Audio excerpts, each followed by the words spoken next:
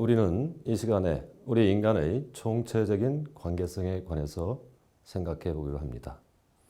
본 주제는 다툼질이나 분쟁을 그치고 풀어낸다 라고 하는 그런 사전적 의미를 지닌 화해가 아닙니다.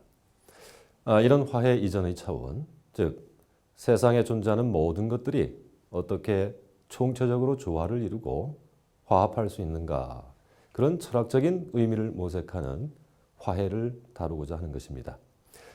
이런 의미의 화해에서는 사람들이 생각하는 다양성 그리고 통일성 또는 상대성과 절대성이 서로 모순을 일으키지 않고 어떻게 하나로 엮어질 수 있는가 하는 그러한 것이 관건이 됩니다. 다시 말해서 다양한 개별적인 존재자들이 어떤 타자와 어떤 방식으로 관계를 맺어야 서로 화합하고 상생할 수 있는가 하는 것이 핵심이 됩니다. 이 문제는 세계화의 시대, 곧 우리의 시대가 안고 있는 여러 문제 중에서도 최우선적으로 고려하고 해결해야 할 과제라고 생각이 됩니다. 어쩌면 화해라고 하는 이 말이 여러분에게는 다소 생소하게 느껴질지도 모르겠습니다.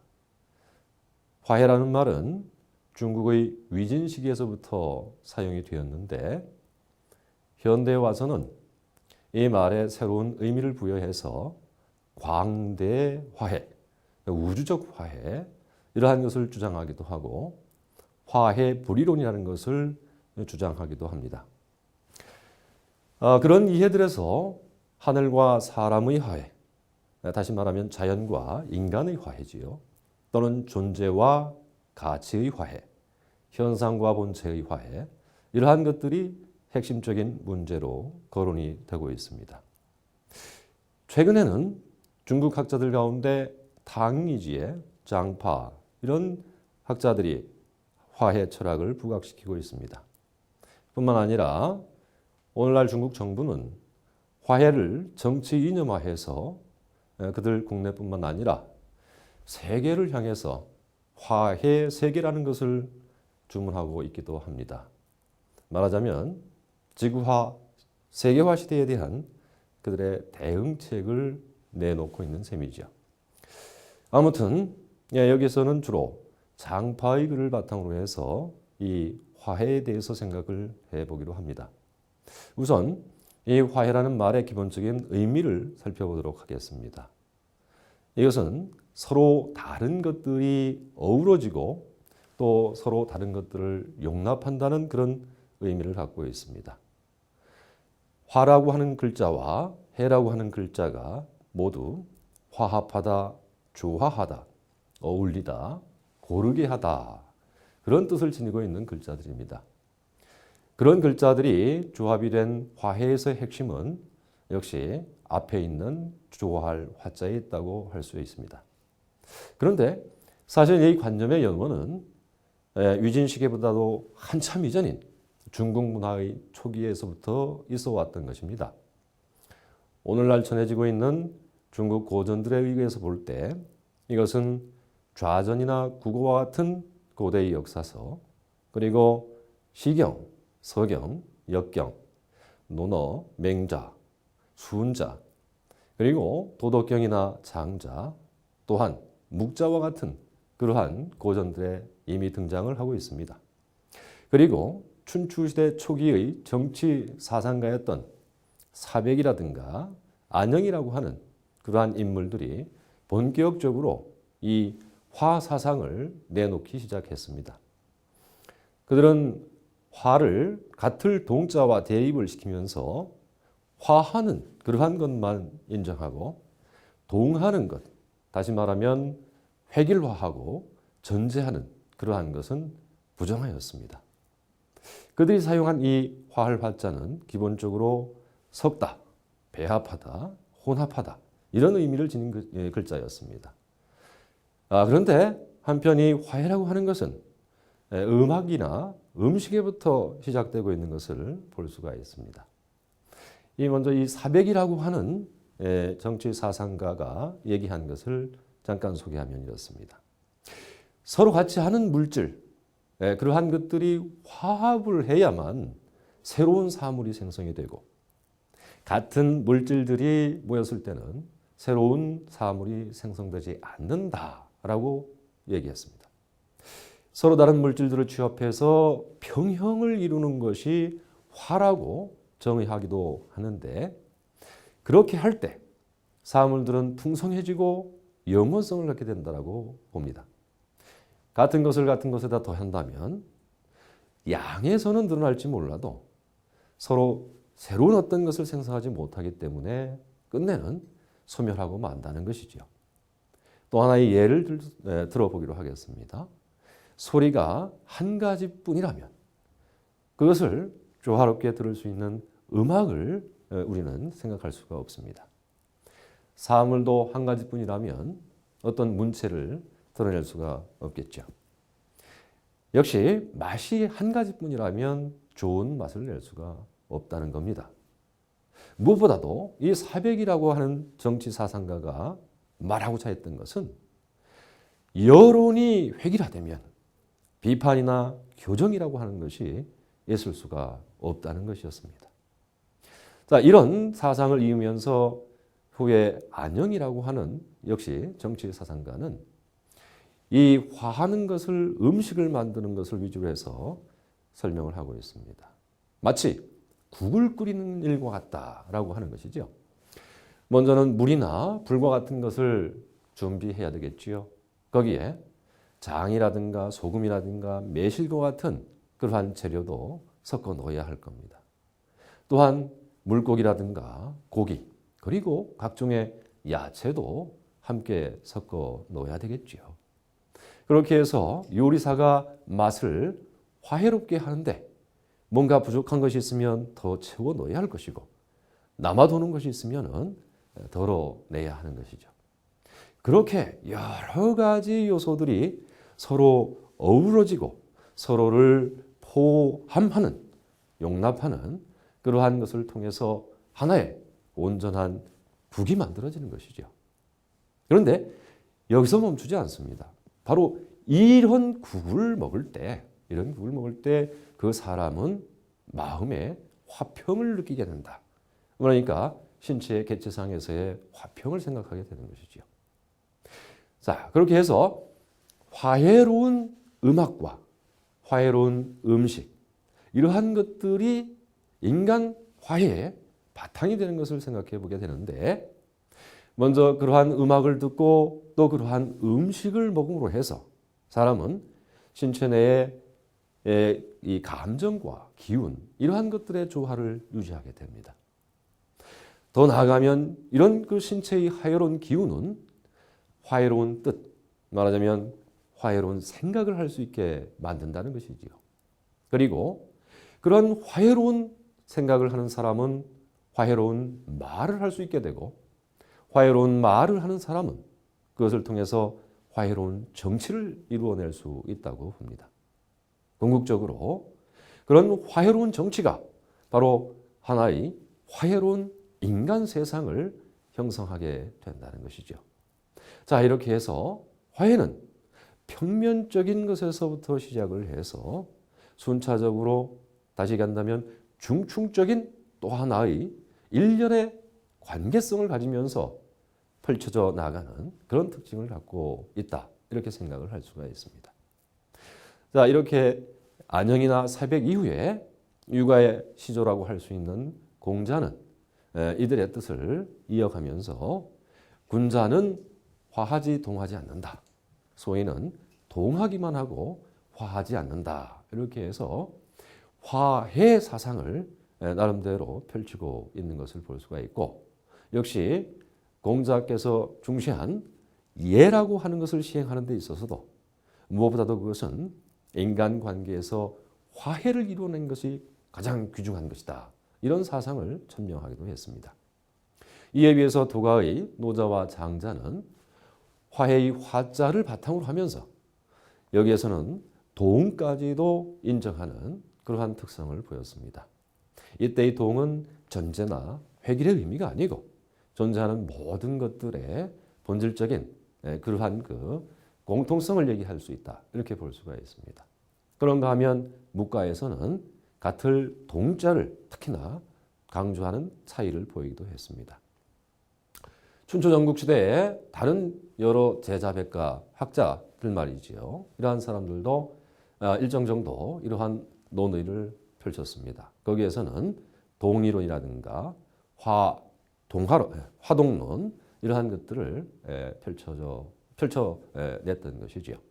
다시 말한다면 화할 화자에 달을 이자나 같을 동자 이러한 것들을 결부시키면서 각각이 다양한 학술 사상을 전개하기도 했습니다. 자, 이제 중국 고대 철학의 비중을 두면서 이러한 이론을 정리해 보도록 하겠습니다. 일단 우리 인간 자신을 중심에 놓고 생각해 보면 다음과 같은 구분과 순서가 가능할 겁니다. 먼저 개체. 이 개체에서는 몸과 마음이 구분이 되겠죠. 이 개체 내에서의 몸과 마음의 관계와 그 화해를 생각할 수 있고요. 더 나아가면 그러한 개체와 개체들 간의 관계와 화해를 생각하게 되고 또 더 나아가서는 개체와 공동체 간의 관계와 화해도 생각할 수 있습니다. 궁극적으로 인류와 자연계 간의 관계와 화해를 어떻게 이루어낼까 하는 것이 과제가 됩니다. 보다 쉽게 이해하기 위해서 오늘날 우리가 알고 있는 과학적인 지식들이 이것과 어떤 관계를 가질 수 있는가 하는 것을 잠깐 살펴보도록 하겠습니다. 생명이라는 것을 놓고 역사적인 접근법을 취해보도록 하겠습니다. 우리 자신을 놓고 생각해 봅니다. 우리는 어디에서 왔을까요? 무엇보다도 생명을 위주로 하니까 부모님이 있기 때문에 우리는 존재하지요. 그 부모님의 부모님을 생각합니다. 우리의 조상으로 올라가겠지요. 인류의 시조를 만나게 되겠습니다. 더 올라가면 포유류, 양서류, 물고기 또는 단세포 생물, 물질, 지구, 태양계, 우리 은하계, 우주까지 나가게 됩니다. 자, 이러한 것들이 서로 분리되어 있다고 생각할 수도 있겠지만 우리가 생명이라고 하는 것의 연원을 역사적으로 접근해 들어갔을 때 이것들은 하나도 떨어져 있는 것이 아니라는 것을 생각해 보게 됩니다. 또한 우리는 우리 신체 내에 세포로서 성인은 약 70에서 100조 개에 이르는 세포를 지니고 있다고 합니다. 그러한 세포들이 모여서 조직을 이루고 신체의 기관을 이루고 하나의 온전한 그러한 신체를 이루게 되는 그러한 복합적인 관계를 생각해 볼 수가 있습니다. 자, 우리 자신을 밖으로 펼쳐나갈 때도 우리가 얼마나 많은 존재들과 상호 의존성 관계에 있는가, 관계에 놓여 있는가 하는 것을 생각해 볼 수 있겠고 우리 신체 내부로 들어간다 하더라도 세포적인 차원에서 이 육체와 어떤 그 정신의 관계 이러한 것들이 중충적이고 복합적으로 그렇게 연결되어 있다는 것을 알 수가 있습니다. 자, 그렇게 해서 이제 우주까지 연결되고 있는 우리 자신을 봤고요. 그러한 우리 자신이 실제로 한 개체로서 어떤 모습을 하고 있는가 하는 것을 조금 다른 측면에서 또 정리해 볼 수가 있는데 일단 우리는 육체로 되어 있습니다. 물질적인 것이지요. 거기에 더해서 생명을 가지고 있습니다. 식물적인 그러한 그 요소를 갖고 있는 것이지요. 거기에 대해서 영혼, 저의식 또는 내지는 활동성이라고 하는 동물성도 갖고 있습니다. 거기에 대해서 우리는 더해서 우리는 인간의 정신이라는 것을 갖고 있습니다. 말하자면 이 한 몸에 그런 여러 가지 요소들이 하나로 관계를 맺고 연결되고 있다고 하는 이런 것을 볼 수가 있습니다. 자, 이러한 것을 장파는 정체 또는 정체성이라는 말로 표현하고 있습니다. 우리 자신은 내적으로 외적으로 무수한 다른 존재들과 상관성 속에서 서로 떨어지지 않는 하나로서 있다라고 하는 그러한 것을 강조하는 말이지요. 사전적인 의미로 정체라고 하는 것은 집단이나 사물의 전체 이런 것을 뜻하지요. 아주 쉽게 얘기한다면 유기적 전체다 이렇게 말할 수가 있습니다. 이런 의미를 이 세 개 다 적용해 본다면 전일적 세계관 이런 것도 생각할 수 있게 됩니다. 장파는 그 저서에서 이렇게 얘기하고 있습니다. 정체성이란 더 이상 분할할 수 없는 하나의 유기적 전체로서 파악된다. 정체로부터 분리된 부분은 더 이상 정체의 부분이 아니다. 분할되어 나온 부분은 더 이상 그 정체 속에서 지녔던 그런 성격을 지닐 수가 없다. 이렇게 얘기하면서 앞서 말씀드린 우리 신체의 그러한 연관관계들을 생각해 보고 있습니다. 인간을 상호 의존적인 존재로 이해하는 한 인간의 관계성은 부정될 수가 없습니다. 동시에 그런 관계를 어떻게 형성해야 하는가 하는 질문도 불가피합니다. 관계를 어떻게 형성하느냐 하는 것이 개체뿐만 아니라 공동체의 운명도 좌우한다고 봅니다. 동아시아 전통에서 이에 대한 가장 일반적인 대응책으로 제시해온 것은 정체성 속에서 개체의 안정성을 확보하는 그런 방안이었습니다. 장파의 설명에 따르면 인간뿐만 아니라 존재하는 모든 것들은 유기적인 그런 전체 속에서 상반하면서도 상성하는 관계를 맺고 있습니다. 그런 관계가 제대로 이루어지는 그런 것이 바로 화해입니다. 이럴 때 개체의 심신, 더 나가면 타자, 더 나가서 가정, 그리고 사회, 국가, 세계, 우주가 하나로 연결되고 그런 속에서 그 각각이 제자리를 잡고 자기 기능을 발휘할 수 있다고 봅니다. 그런데 이런 상관성을 이해하는 이 동양 전통 철학의 이의 틀을 우리는 두 가지로 생각해 볼 수가 있습니다. 하나는 음양의 관계이고 또 하나는 오행의 관계입니다. 물론 후에는 이 둘이 서로 연결되기도 했습니다. 먼저 음양을 생각해 보도록 하겠습니다. 음양은 상반상성의 관계다 이렇게 했습니다.